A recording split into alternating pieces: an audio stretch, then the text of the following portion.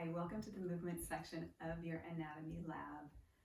I want to really integrate what you're learning into your own body through movement so that we can make this body and mind connection.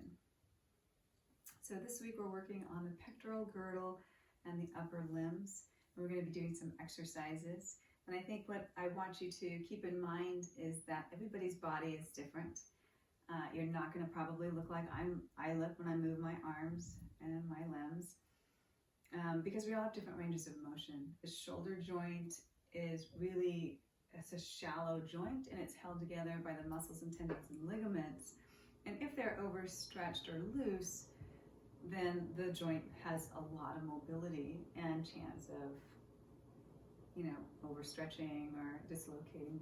So just keep in mind that I want this section of the movement to be really you getting in touch with your own body and how it moves in space. We're going to be taking these movements really slowly because I really want you to concentrate, feel what you're feeling in your body. Pain is always an indication that our body is talking to us. So if you're experiencing any kind of pain, please stop. Go see a doctor if you want to see a doctor, but don't continue to exacerbate anything that might be feeling painful. So we're going to get started with a block. I have a block and a strap. Now, if you don't have these items, not to worry. You can use any kind of strap. You could even use a pair of pants. Something really long. A belt, I would say a belt, but sometimes belts are not quite long enough because it just depends on how tight you are. You might find that the belt is not quite long enough. Bring the palms to face outward and just take a moment to stand on the 2 feet. I want you to think of hugging in, engaging the muscles slightly on the thigh. Nothing like, I don't want you to be like gripping really tight, but you just have this slight engagement of the thigh muscle to the thigh bone, that the inner thighs are hugging in towards each other right at this outer hip area. Slight engagement of the glutes, that if you squeeze the glutes just slightly up at the top, you can draw the tailbone towards the heels. So you have this little tiny tilt to the tailbone coming down that activates the low belly. And it lifts just ever so slightly, and then you can lift the chest a little higher and right up to the crown of the head. And with the arms already in this anterior position, we have this nice widening of the clavicle. This is a nice place to start. So with our feet grounded, we're going to take that strap into our hands. Hands are facing out. Take it nice and wide, and we're just going to find our range of motion through our shoulders. We'll inhale the arms up, and exhale, pull the hands back. And you'll inhale, pull it up, and pull it back. Noticing just what it feels like. Any tightness, any clicking, any pain, just noticing. So something to keep in mind that, and this is why I was saying being steady and firm in the lower body, because sometimes when our hands are too close together and we can't pull our hands back, we do weird things like we bend an elbow, we curve the spine to pull the arm back. And we do the same thing to pull it forward. That's an indication that the strap is too close together. I want to be firm with that nice straight spine and try to keep the arms as straight as we can. We're going to flip our grip now. So we'll bring the hands back. We're going to bring the palms to face behind. And we'll do the same thing. And as your shoulders loosen, you can kind of crawl the hands a little closer together. It does happen where they loosen and you can start walking the hands closer together.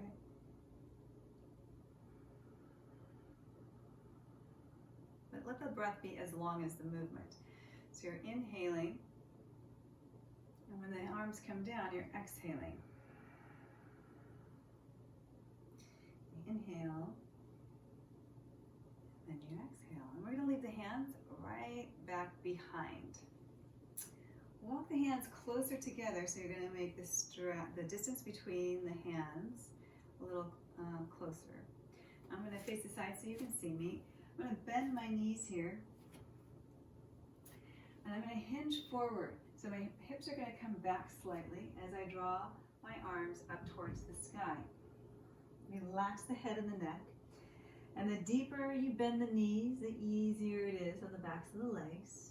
It's more of a shoulder stretch than a back of the leg stretch. Then we're slowly stand up, press into the feet. Roll up. We're going to leave the hands as high as we can. Bring the shoulders up over the hips. And then release it. Now we're going to walk the hands a little bit closer together on the strap. And do this again. We'll bend the knees. We'll hinge forward, push the hips back. Take the arms up and over your head. Relax the head and the neck. Take these nice big deep breaths in and let it out. And then we'll roll it back up. Keep the arms lifted as high as you can. Bring the head up over the shoulders, shoulders over the hips, and then release it. Now, if you can interlace the fingers behind the back, we're going to move to interlacing the fingers. If you can't bring the hands behind the back, stay with the strap. So we're going to hug those elbows in and draw the scapula closer towards the spine, widening the clavicle. Bend the knees, draw the hips back as we bend forward. One more time, finger knuckles to the sky. Relax the head and the neck. Maybe move the head from side to side. And then release it. Roll it all the way up. Roll the shoulders, shake it out. Notice how your shoulders are feeling.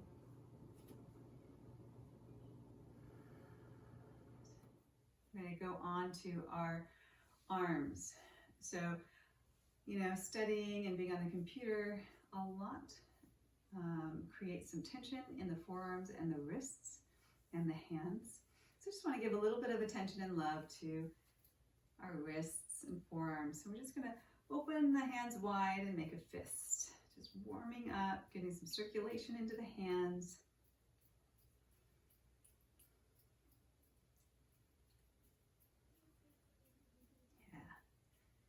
And then we'll just take a few stretches. You can reach the fingers back, stretching through the hands. Do the other side. I like to go the other way as well. Just noticing what it feels like in your body. And then we're going to supinate the hands, the arms, in this 90 degree elbow, palms facing to the sky. And we're going to draw the fingers medially in and then down towards the floor. Into this extension, out laterally to the sides. And then we're going to draw the fingertips to the sky, flexing the wrists. And then come back to center, neutral.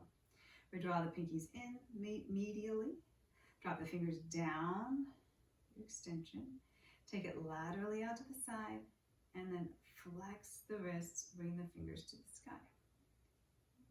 And then we're going to do the opposite direction. So I'll draw the thumbs out laterally, drop the fingers down towards the floor, pull the pinkies in, and draw the fingers to the sky. Flex. Take the hands out laterally, thumbs out laterally, down towards the floor. Pinkies come in and fingers to the sky. Good. And then shake it out. We're going to bring the hands up now and roll through the wrists. So it's the same actions or similar action to what we were doing. We're going to bring the backs of the hands together. You can put as much pressure here as you'd like. And then we draw the fingers towards the chest, up towards the sky, and then palms together. And then we rotate it back to the backs of the hands. And so we're just kind of making a circle with the wrists. We're going to reverse this circle, the direction.